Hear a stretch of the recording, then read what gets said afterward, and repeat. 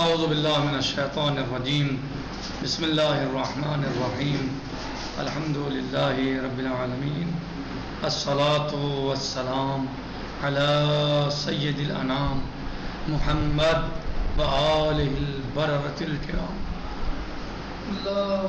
صلی علی محمد معجل فرجہم۔ کتاب شرح الاسلام میں ہماری بحث اور گفتگو نماز کے احکام میں چل رہی ہے، اور ہم نے ابھی کچھ بعض چیزوں کو بیان کیا تھا، مثلا مستحبات سجدے میں کیا ہیں، ہاتھ کہاں رکھیں، کھڑے ہیں تو ہاتھ کہاں رکھیں، رکوع میں ہیں تو ہاتھ کہاں رکھیں، نگاہیں کہاں رکھیں، سجدے میں ہیں تو نگاہ کہاں رکھیں، تشہد پڑھ رہے ہیں تو نگاہ کہاں رکھیں، ہاتھ کہاں رکھیں، یہ سب چیزیں ہم نے بیان کی ہیں۔ اور پھر ہم نے تعقیبات نماز کے بارے میں بتایا تھا کہ سب سے بہتر اور افضل تسبیح حضرت فاطمہ سلام اللہ علیہا ہے، اور اس کے علاوہ جو دعائیں مروی ہوئی ہیں وہ پڑھنی چاہیے، اور اگر وہ نہ پڑھ سکے تو جو بھی میسر ہو، جو بھی دعا پڑھ سکتا ہو وہ دعا پڑھ لے۔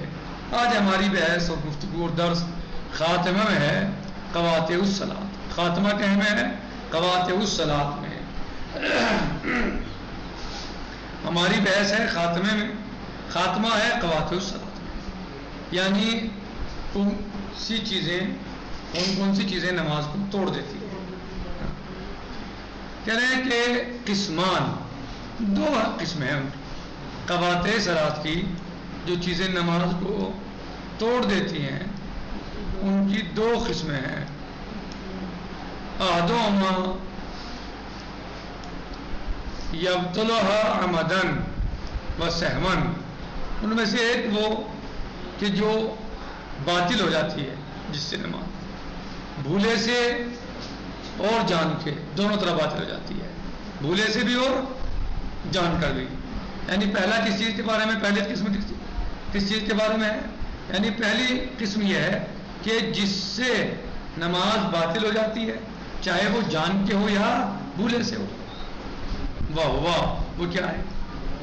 کلو ما یبطل الطہارہ، اور وہ ہر وہ شے نماز کو باطل کر دیتی ہے، توڑ دیتی ہے، کہ جو طہارت کو باطل کر دیتی ہے، جو طہارت کو باطل کر دیتی ہے وہ نماز کو باطل کر دیتی ہے۔ سواء دخل تحت الاختیار او خرج، چاہے وہ اس کے اختیار سے انجام پایا ہو یا ایسے خارج ہو، صحیح، چاہے دخل تحت الاختیار اختیاری صورت میں ہو یا غیر اختیاری صورت میں ہو، جیسے کل بول والغائط وما شابہ، جیسے پیشاب اور پیخانہ اور جو اس طرح کی اس کے یعنی جیسی دوسری چیزیں ہیں، ری ہے، نیند ہے، غسل استحاضہ وغیرہ ہے، استحاضہ قلیلہ، بے ہوشی ہے وغیرہ۔ من موجبات الوضوء، موجبات وضو میں سے، یعنی موجبات وضو کا مطلب یہ، یعنی وہ چیزیں جو وضو کا سبب بنتی ہیں، موجب بنتی ہیں۔ کہنا ہے من موجبات الوضو، موجبات وضو میں سے یہ کیا ہیں؟ یہ وہ ہیں جن کی وجہ سے، یعنی جو وضو کے واجب ہونے کا کیا، جن کی وجہ سے وضو واجب ہوتی ہے، موجبات الوضو جن کی وجہ سے وضو واجب ہوتا ہے، جن کے لیے نہیں، فرق ہے، جن کی وجہ سے اور جن کے لیے۔ جن کی وجہ سے واجب ہوتی ہے وضو، وہ پیشاب، پیخانہ، ریح، استحاضہ قلیلہ جی، اور مثلا بے ہوشی وغیرہ، صحیح، اور جن کے لیے واجب ہوتی ہے وہ نماز ہے، طواف ہے، قرآن کو چھونا ہے، اللہ کے ناموں کو چھونا ہے، ان کے لیے وضو واجب ہوتی ہے۔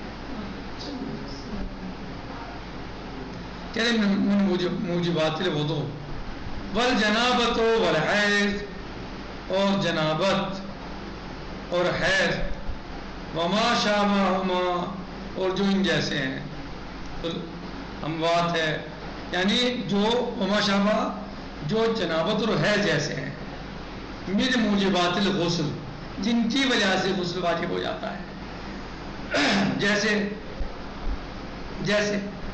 مثلا غسل بس میت ہے، غسل بس میت ہے، یا نفاس ہے، تو ان کی وجہ سے غسل واجب ہوتا ہے نا۔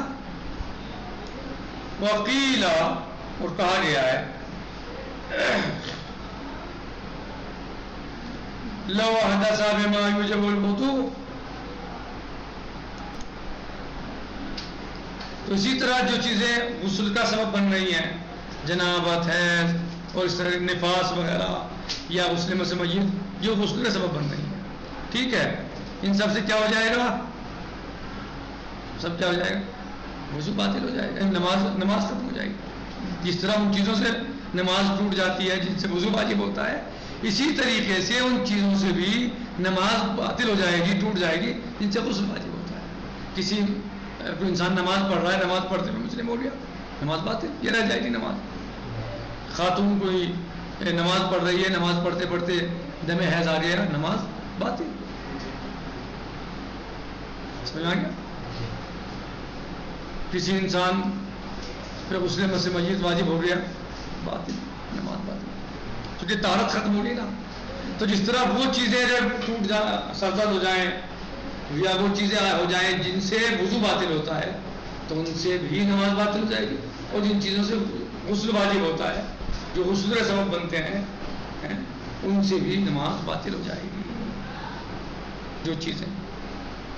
وقیل، پر قول یہ کہا گیا ہے لو احدث بما یوجب الوضوء سہوا، اگر وہ انجام پائے کہ جو سبب بنتا ہے وضو کا، سہوا یعنی بھولے سے سرزد ہو جاتا ہے، یعنی وہ چیزیں جن سے وضو باطل ہوتی ہے، اگر وہ حالت نماز میں سرزد ہو جائیں، تو کہہ رہے ہیں کہ ایک قول ہے تطہر و بنا، تو مثلا وضو باطل ہو گیا، وضو کرے گا اور وہیں پر بنا رکھے گا جہاں سے چھوڑ کے گیا تھا، آگے نہیں مثلا نماز شروع کر دے، ایک قول ہے کہا گیا ہے۔ ولیس بمعتمد، لیکن یہ قول معتمد نہیں ہے، معتبر نہیں ہے یہ قول،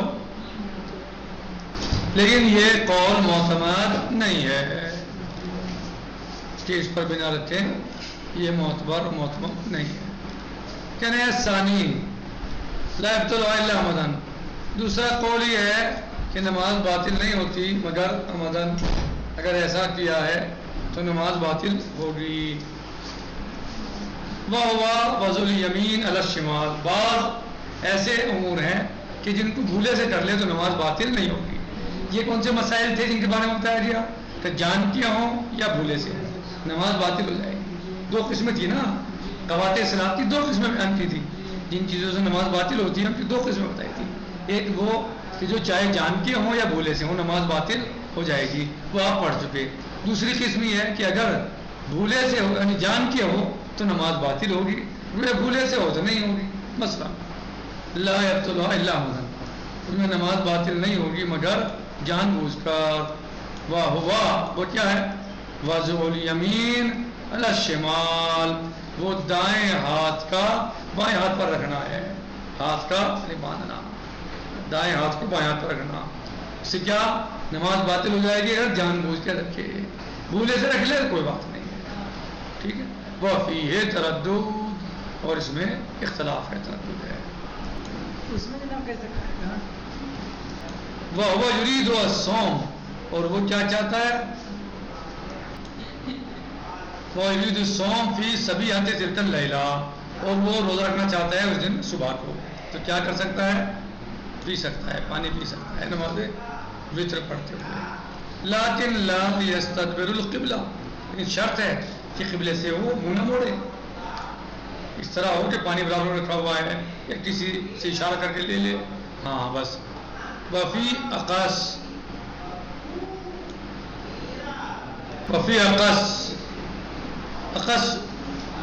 الشعر للرجل ترددا یعنی بالوں پہ سجدہ کرنا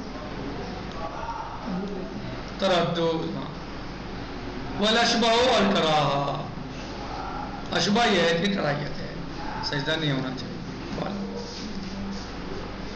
وَيُكْرَهُ الْالْتِفَاتُ اور مکروہ ہے ملتفت ہونا یمیناً و شمالا والتصاحب یمین و شمال یعنی دائیں بائیں ملتفت ہونا مکروہ ہے. ادھر ادھر تھوڑا بہت یعنی کرنا اس طرح سے یعنی ہاں نظر کرنا دیکھ پورا گھومنا نہیں نظر کرنا مکروہ ہے.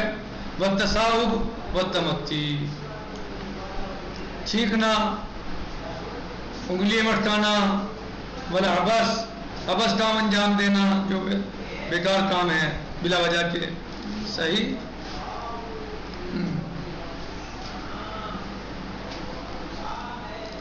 تصاحب یعنی جبھائی لینا چھینکنا نہیں. تصاحب یعنی جبھائی لینا منہ کھول رکھا پورا کھول کے منہ کھول کے جبھائی لے پورا. والنفخ موضع سجود پھونک مارنا سجدے کی جگہ پر. والتنخم سینکنا. وَيَبْسُخ بلغم کا نکالنا مثلا. اور یا فرقہ اصابع یا انگلیوں کو بار بار حرکت دینا ہلانا. بھلے یا مثلا جو ہے جسے تمتی ہاتھوں کا کھینچنا یا انگڑائی لینا تمتی نے انگڑائی لینا وہ انگلیوں کا مٹکانا نہیں انگڑائی لینا. اور یہ فرق ایسا بھی ہے پسند ہے یہ مثلا انگلیوں کا مٹکانا کھینچنا انگلیوں کا. اور تمتی یعنی ہاتھوں کا انگڑائی لینا ایسے کرتے ہاتھوں سستی میں جب آدمی ہاتھوں کو اوپر کرتا ہے انگڑائی لیتا ہے یا ان کا مٹکانا اتاوا. او یا انا بحرف واحد یا کسی حرف سے ایک حرف سے مثلا بولنا. او یدافع البول والغائط والریح یا پیشاب پیخانہ اور ریح کا روکنا. یہ سب چیزیں کیا ہیں نماز میں مکروہ ہیں. یہ سب چیزیں کیا ہیں نماز میں مکروہ ہیں.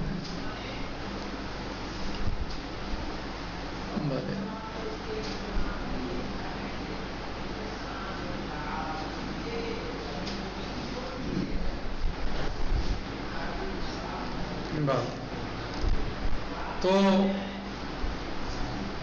نماز میں دائیں بائیں متوجہ ہونا صحیح. جبھائی لینا منہ کھول کے انگڑائی لینا عبث کام انجام دینا کان صاف کر رہے ناک صاف کر رہے اور پیسے کام انجام دے رہے.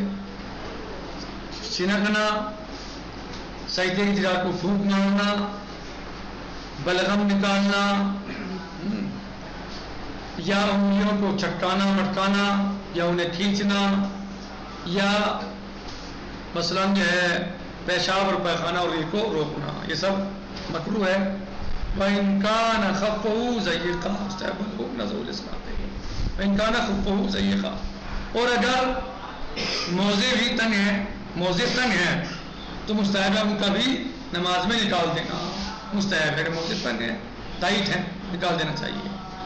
کل انشاءاللہ مسائل اربع آئیں گے. نکتفی علی هذا المقدار باقی غدن سے جی انشاءاللہ والحمد للہ رب العالمین. السلام علیکم ورحمۃ اللہ تعالی وبرکاتہ. فی امان اللہ. خدا حافظ.